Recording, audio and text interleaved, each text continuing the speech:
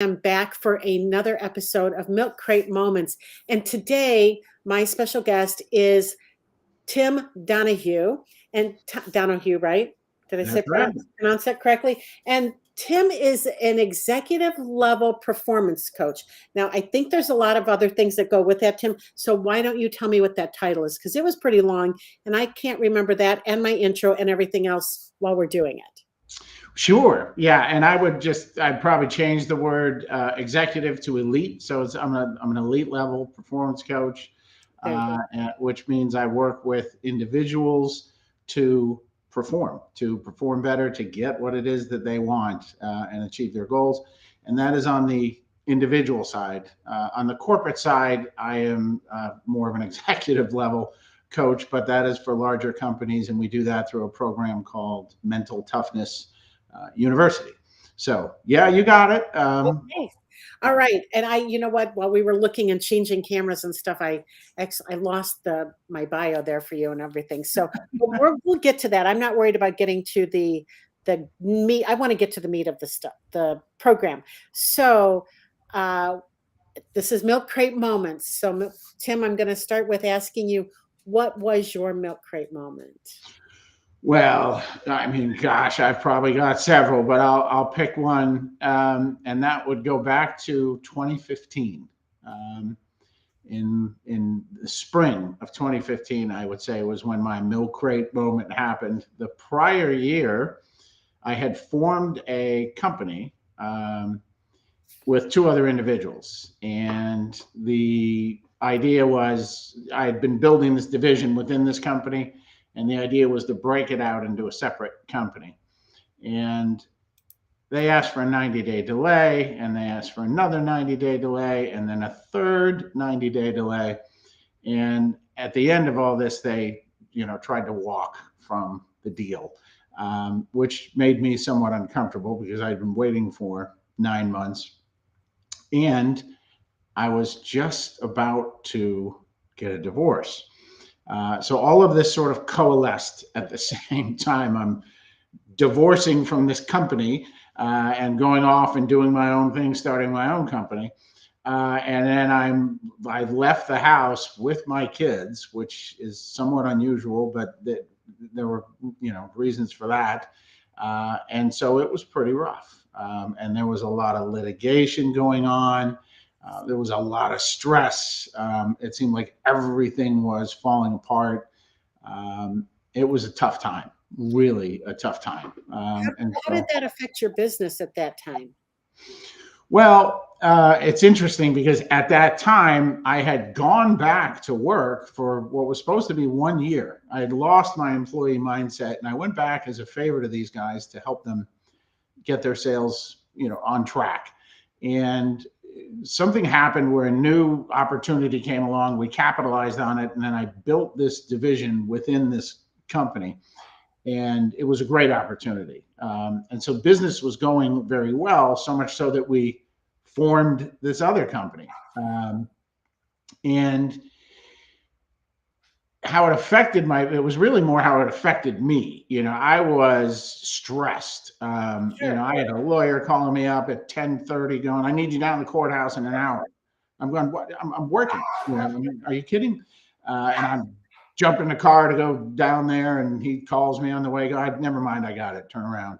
This kind of thing. It was just terrible. And anybody's ever been through this knows it's just not fun.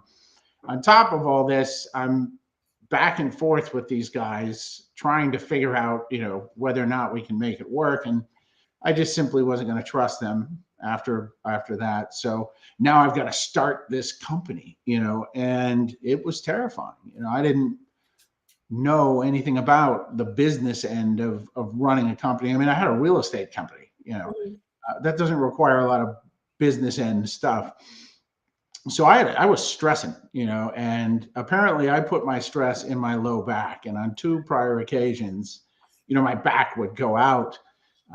And I remember thinking, oh my God, this is just so much. My back is going to go out any minute, And then I caught myself. I'm like, what are you doing? You can't do that. You're inviting that. Like, stop doing that, And I realized, I need to get control of what's going on up here. The You very next studied with day, you it went studied out. with oh, sorry. You studied with Bob Proctor, right? You knew better than to think that Well, if yeah. that's Well, this is the genesis for all that. So the very next day, my back did go out, and I'm like, "That's it. I'm just in trouble here. I've got to go back to what I know, which is personal development. Like I know if you get this right, everything else is right." So I jumped into that personal development, and then I ultimately began coaching, with Bob Proctor, or by Bob Proctor. And then everything sort of turned around for me, and it was wonderful, of course. Yeah. So that was the start of all that. I knew, like, I have to go back to what I know is good, and that's getting it right up here. That led to me being coached by Bob, which changed, absolutely everything. oh, Everything. so I'm guessing because my next question would have been, who helped you through this? So are you Oh, telling me without a doubt, it was Bob Bob. Proctor? Oh, absolutely. I love it. And he had me doing things and thinking in a way that was uncomfortable. I mean, he had me thinking of income levels that I just thought were silly. And it happened. Do what Bob tells you, and it happens. And so, It's so so funny because, oh gosh, 2010-ish, I was working with, not working with her. We met at an event, and she is a law of attraction coach. And when she was getting divorced, I don't know if you can hear that. Sorry, but I should have put one of them away. So, I don't know if you can hear. Let's knock that off. So sorry. Um, the we were at an event together, and she had studied with Bob Proctor while she was going through a divorce, right? And it's when I met her, she told me, she's like, I have just the very best ex-husband, and he's so kind, and everything is great. But then as we became friends, the truth came out to who her ex-husband really was: a nasty, name calling person who didn't want. She lives in New Jersey, so you know what the laws are in New Jersey, Tim, about alimony: no. forever until you get married again. Oh, And he was a doctor, and she was a nurse, and had worked in has helped him set up the office.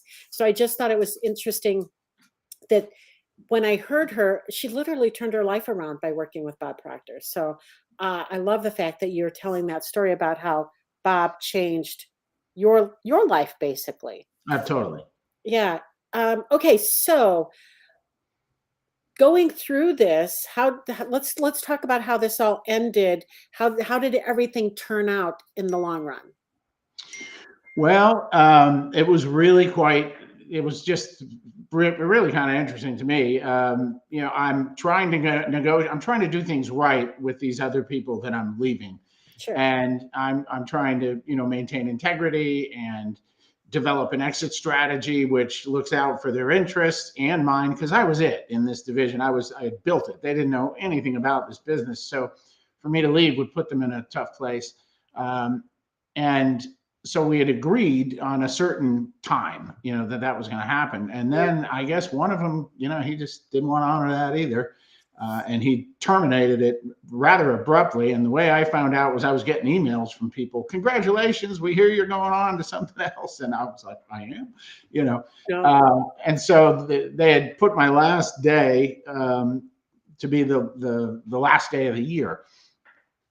So I've formulated this company as quickly, and on that day, after hours, after about 7 o'clock at night, I signed probably the biggest project I had ever done, ever. And that started off my new company. It was a year's worth of income and then some, and it was just phenomenal. And Bob had me thinking big. Bob had me thinking like 2, 3, 4 times what I thought possible, and all that happened. And it allowed me to find out really what I really enjoy doing, because it gave me the wherewithal, I guess you would say, to travel. And so I was traveling quite a bit. I changed my whole, I mean, one of the things that, Bob like had me do was, or encouraged me to do, was think of what you want, and I was like, well, what I want is to take a minimum of 4 1-week vacations every year, minimum, and I did that and then some, I and love it. through doing that, I found out like I really enjoy, traveling all over and seeing different things, different cultures, learning these things. And so I began, of course, to do more and more of that. And that business it was just great. I mean, it was just a great business. It never would have happened without, that coaching and input. And then later, and I almost did it right after, being coached by Bob, I almost became a Procter Gallagher consultant at that time. But I felt like, just doing this divorce and having this new company, and I still had the real estate company that I was dealing with, that it was too much. So I waited, but I ultimately did become a consultant for Procter Gallagher Institute. And, that's what I do. I coach other people to help them get what they want, and, most people are not living the kind of lives that they want to live normally because they either don't have enough money or they don't have enough time. And if they have enough money, they don't have enough time. And if they have enough time, they don't have enough money. And these concepts, these principles that Bob gave to me in a way that I never quite clicked with anybody else, make that happen, and it is just a phenomenal thing to watch. So. You said something pretty interesting, that when in the thick of all of that was going wrong, you hired a coach, right? Yeah. Most people, and this, right? We're both coaches, this. Most people don't go, oh crap, my life is falling apart. Let me hire a coach, right? Let me find somebody to help me go through this with me, this mud stream that I'm in. Let me help somebody. Let's go through this. Help me get through this. No, they don't think that way. No, in fact, it's generally quite the opposite. It is, as soon as I get through this, I will do that. Yes. And this is a paradigm that we all have. It's most likely the way we've been doing things for our entire life, and it feels natural. Yeah. But it is a sure way to get what we've always gotten for our entire life. It's very counterintuitive to say it's messy. I should do this now. And sadly, and I try to help people wherever I can, whether they're paying me or not. I've got people that I've been trying to help for 3 years now, and I stay in touch with them, and I give them little things. And when they call me, but they suffer sadly from the same paradigm. And I've got people that are going on 3 years that are still waiting for that thing to happen for them to do this, It's funny you said that, because when I first really, like, I've been coaching people for 30 years. I've been coaching people for 30 years. That's my CPA calling, who's like, be ready for me because it's the last day. But I'll call her back. When I started this and decided that I was going to make a business out of coaching, right? I've always coached my employees. I've coached my buddies, my business friends. But when I started, let's go back to 2010, there was a gentleman in my BNI group who told me, he's like, as soon as I get my taxes straightened out, or I get my business straightened out, I'm going to call you. That was 2010. Yeah. Right? It's 2023. Oh, yeah. Yeah. And I call that one more thing syndrome. Exactly. There's always one more thing. Right. And it is paralyzing. It is crippling. And intellectually, people get it. They're like, oh, yeah, I shouldn't do that. But they do. And I just keep trying to help them. And, sometimes they come around, but mostly they don't. And it's a sad thing, because I'm like, wow, I've been watching this guy for 3 years, and I'm going, it's going to be 2028. And I'm going to be going, wow, I've been watching this guy for 8 years. What can you do, Yeah. So let's talk about what you're doing now. Okay, great. Okay. So, one more question I always ask, and I forgot, is somebody who's going through this milk crate moment, right? That things are just falling apart, right? Things aren't going the way you want them to go. And it's really just, like you said, causing you a lot of stress. And me, I'm a crier. So when I'm stressed out, I'm just bawling. But for you, it manifested itself as back pain, lower back pain. So when somebody's going through this amount of stress in their business, what would you say to them?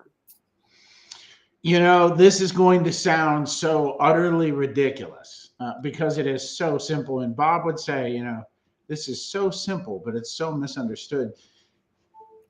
When it all comes down to it, really, now it's not easy to do, but it is do not think of what you do not want ever.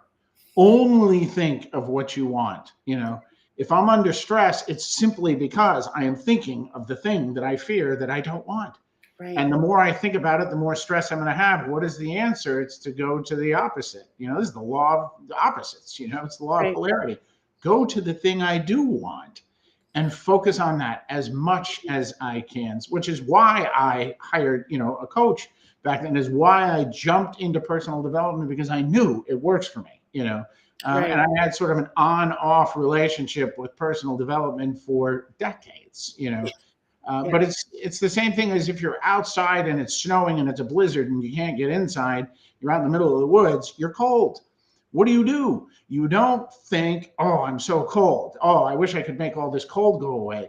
You focus on the opposite. You light a fire. You build a fire and you stand around that. It's the opposite. And so if I were going to say anything, it is get control of your mind and think not on what you do not want, or you get more of it, and think only on what you do want. Now, it's not that easy to do. It's simple, but it's not easy to do. And typically speaking, we all need help with this. And Bob's gone. He left and went to a better place probably 14 months ago.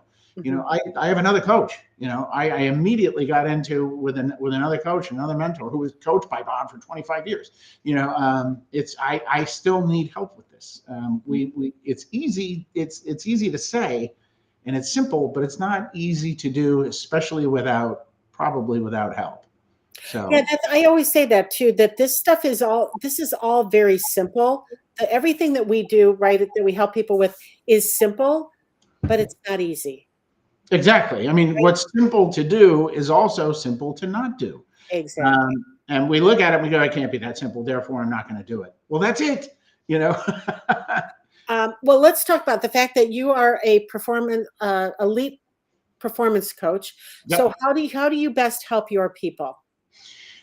Typically, and most of the time, I will work with someone and I will take them through a program that Bob designed called Thinking into Results.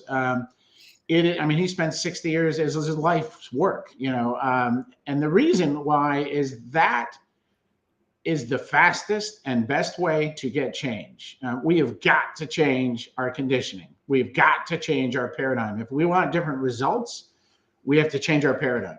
Our results are a reflection of our paradigm, and another word for that is conditioning. Mm-hmm. So typically speaking, I will do that through that program because it is by far the only thing that I have ever seen that gets permanent results. There's plenty of stuff out there which you can go and do, and you get motivated, and you're all rah rah, and you're ready to go. And we all know the end of this story. It just goes away.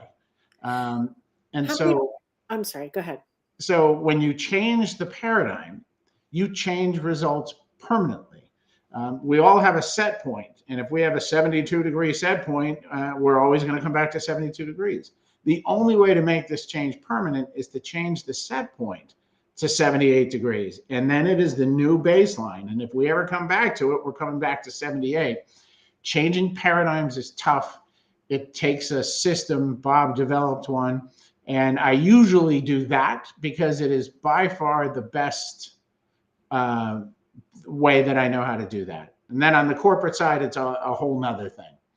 Yeah. Have you ever had somebody tell you they just don't like the motivational stuff because motivation doesn't stick with them? Of course. Yeah. Right.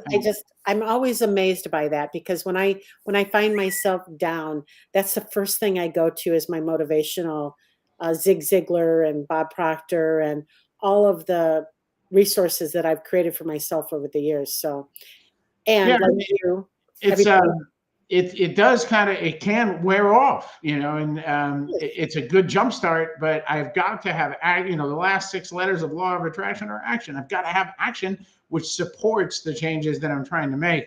Otherwise, the motivation will absolutely wear off. And I'm thinking now, for some reason, of what Jim Rohn said, and he goes, motivation is great, but if you take an idiot and you motivate him, you've got a motivated idiot. I have never heard that one. Hey, Yeah. listen, you have a Facebook group that people could check out. You know what? I will, I'm going to copy that and whoops, let me do this. Let me do this. I'm going to put it back up there, but I'm going to copy it and put a link in the chat here. We have a chat. So let me put that back up now. There we go. And I'm going to just drop that in the chat. So people, I figured out how to use this recently. There we go. Good. Congratulations. I was doing a podcast in September and just now figuring out all of the things that go with it. Hey, so they can tell us a couple minutes about your, we're kind of running up on almost about, we have about 3 minutes left. Sure. Tell us about your Facebook group. It's, you get a request an invitation. I put some pretty good stuff in there. And it's a good place to get close to these ideas, interact with some people if you so choose to do that. And I will typically try to post things in there that help people along. If we do any kind of events, we'll run them through that book, of course, or that group, of course. And just click to join. So if you want to connect with Tim, you can email him at tim@maximizedlifestyle.com, or you can just join his Facebook group. Check out what he's doing. See what's going on over there. Tim, right before I leave, I always have one question for everybody is, what's the best piece of business advice you have for a business owner? It is, and you know what? This is another one of those things, but 95% of people say, yeah, I know this, but they don't do it. Exactly. Always have a goal that you are striving toward. Always, always, always. And if you met one, you better set another one. We said earlier, do never think of what you don't want. Only think of what you do want. If you don't have a goal, you don't know what you want, and people tend to get lost and they wander.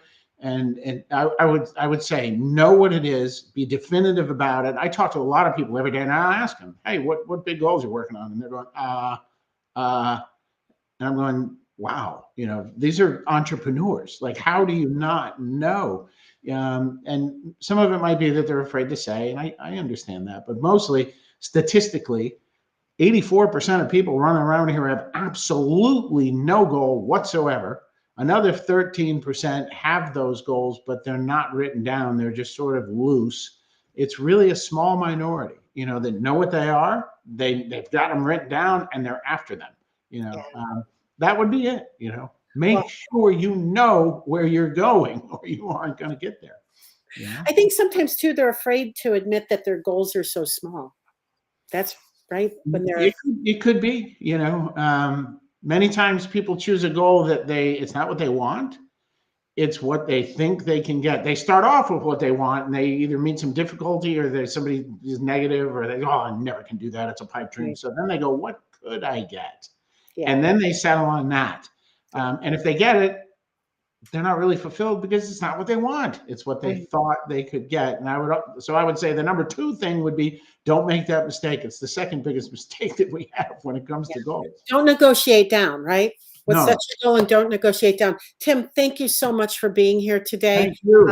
What a great conversation. I love this stuff more than you possibly can know. Don't forget to connect with Tim, and we will be back actually in about 4 minutes with another real great moment. So, Tim, thank you for being here. Thanks for having me on, Jean. You're welcome. Enjoyed it.